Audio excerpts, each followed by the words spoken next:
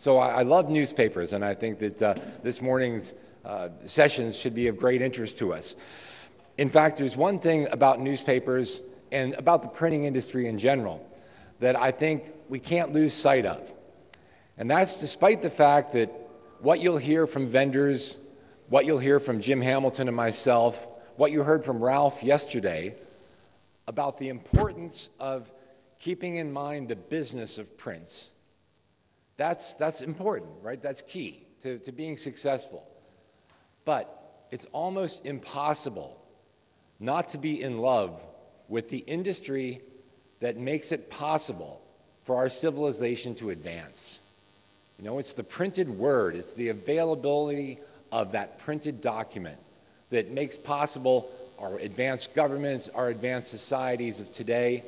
And so we must embrace both the business of print as well as the importance and the art of printing itself. With that in mind, I'd like to welcome our first speaker this morning, Mr. Balaji, who is director of the Hindu newspaper. Mr. Balaji.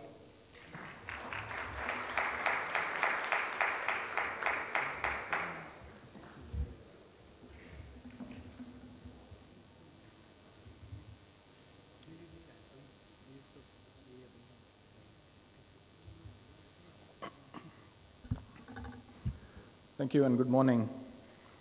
I'm very happy to be here. It's very difficult to say no to Mr. Viren Chabra.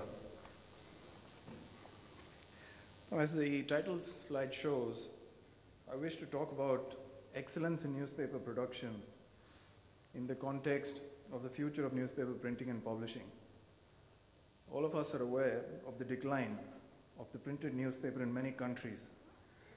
The rate of decline varies, but the trend is pretty clear.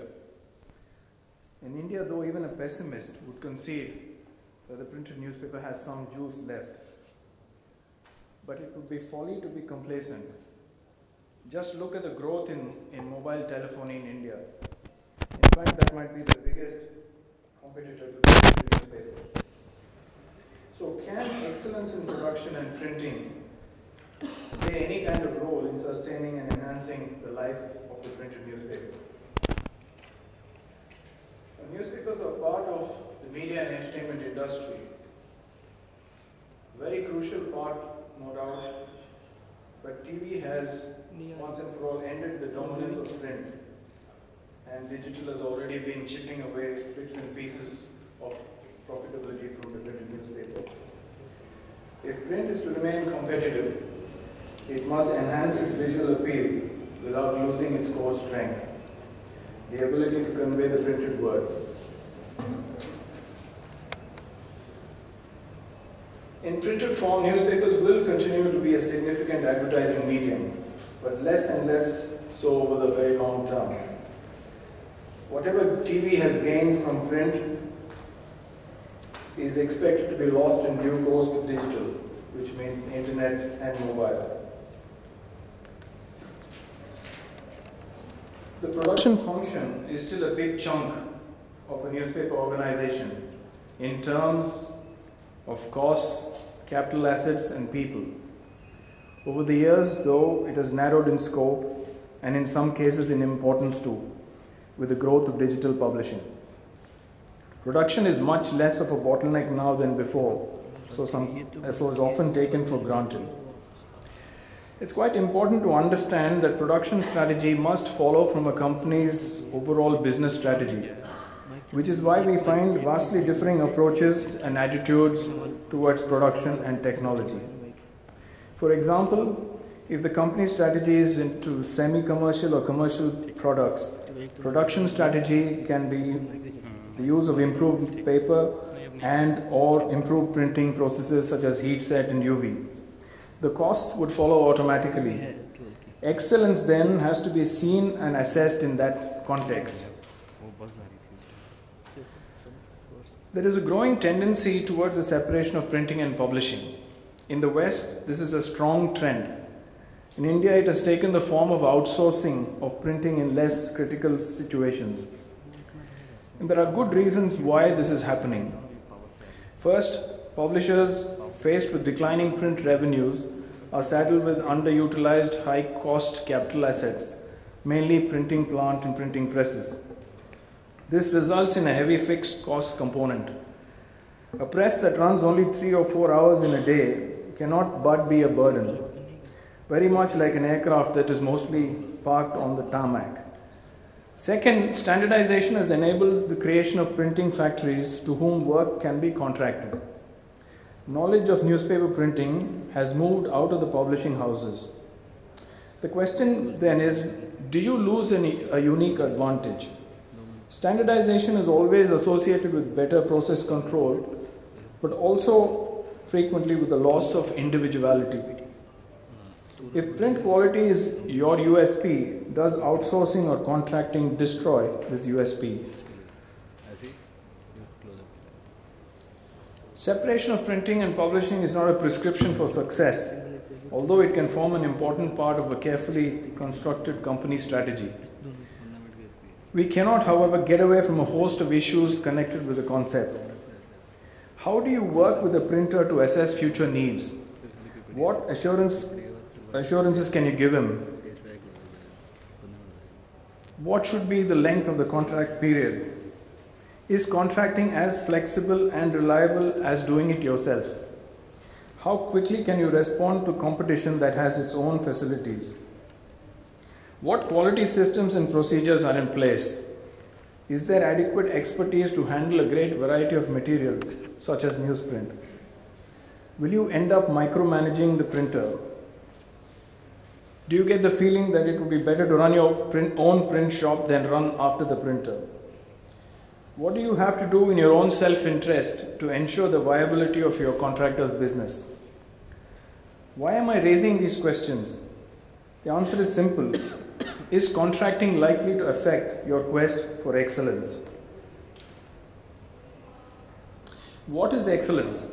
The dictionary definition is the possession of good qualities or abilities to an eminent or unusual degree. What is the evidence of excellence? The evidence of excellence is in the quality of the products and the quality of the working procedures. You could say that without quality procedures, you cannot get quality products, and you would be right. Excellence is not a one-shot achievement. It is not just winning a membership of a color quality competition. It has to be demonstrated on a continuous basis. Why do we need excellence in production? We need it because excellence is a prerequisite to ensuring the continued and increasing attractiveness of the printed newspaper to readers and advertisers in a media environment that is now very visual. Through excellence in quality, productivity, cost control, and sustainability, the production function can do its bit for the survival of the printed newspaper. Through value addition and innovation, it can contribute to its growth. Now, what are the issues in achieving excellence? We are talking about those issues that are under the production function. So the quality of the editorial content will obviously not figure here in this discussion. But by the way, from a reader's perspective, editorial quality is perhaps the most critical of the elements. Quality issues impact the appearance and attractiveness of the newspaper, and production issues impact operating costs. Together they impact the profitability of the business.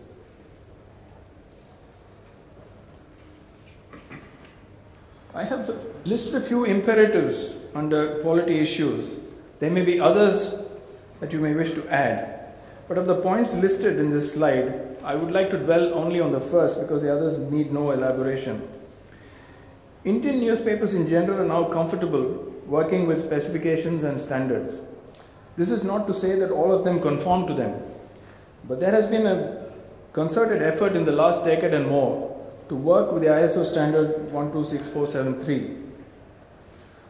Some years ago, there was even an ICC color profile developed specially for use by Indian newspapers in Indian conditions. A large number of newspaper printing plants from India entered the WAN-IFRA International Newspaper Color Quality Competition in 2012. I believe the number was the second highest after Germany, and there were several winners. But for the industry as a whole, there is still quite some way to go in embracing standards.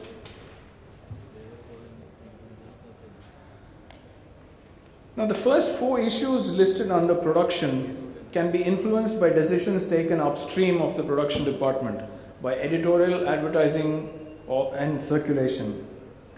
When dealing with productivity, one needs to look at the productivity of the whole chain, not merely at those of the individual links in the chain. If you take the press, there are perhaps only 2 ways to improve productivity. One is to reduce the time that the press is not running, which is by either faster press preparation or by avoiding runtime disturbances, that is stoppages. The second way is to run the press at its rated speed.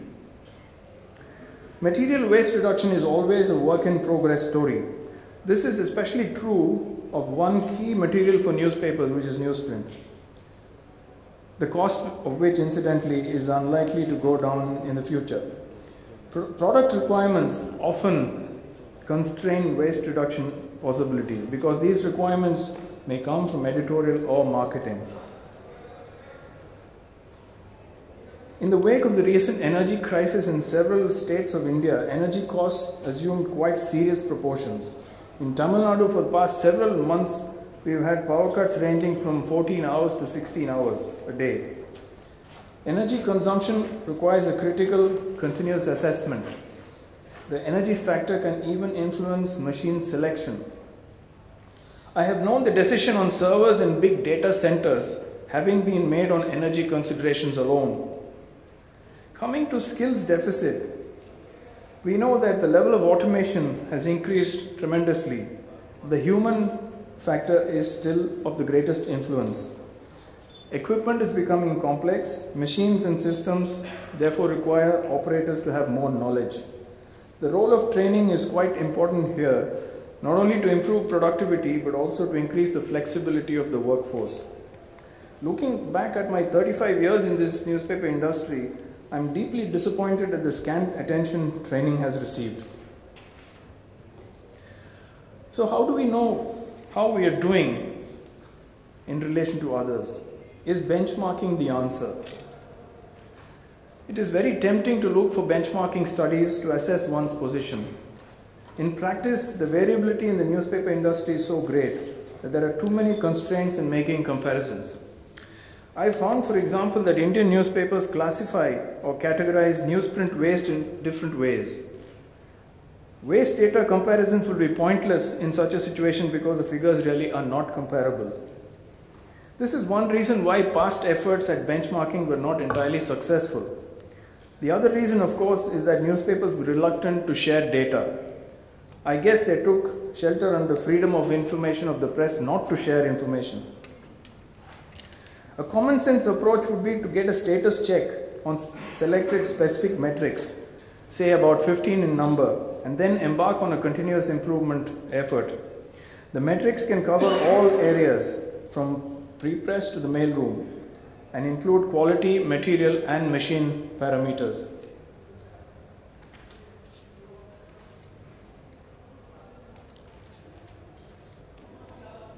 What else? The real challenge here for the printed newspaper, what can be done for growth? We can survive, but can we grow? When we talk of innovation, it is invariably in the context of something for the advertisers. You might say this is a logical thing because they are the ones providing the revenue. We bend over backwards to please them while mostly taking the readers for granted, even though readers are the very reason why advertisers come to us. Look at all the things we do for the advertiser. Flaps, jackets, perforations, fragrances, gatefolds, belly bands, wraparounds, bookmarks and so on. But we don't pause to think whether any of these so-called innovations will make reading the newspaper more difficult. It is time to put the reader first and come up with something that he or she is compelled to pick up and take seriously. This could well call for flexible and responsive production systems on which all our manufacturers are doing a lot of work. Of course, the accompanying cost will be higher, but we may have no other option to go in for such systems. At least then the production function can get back some of its lost glory. Thank you.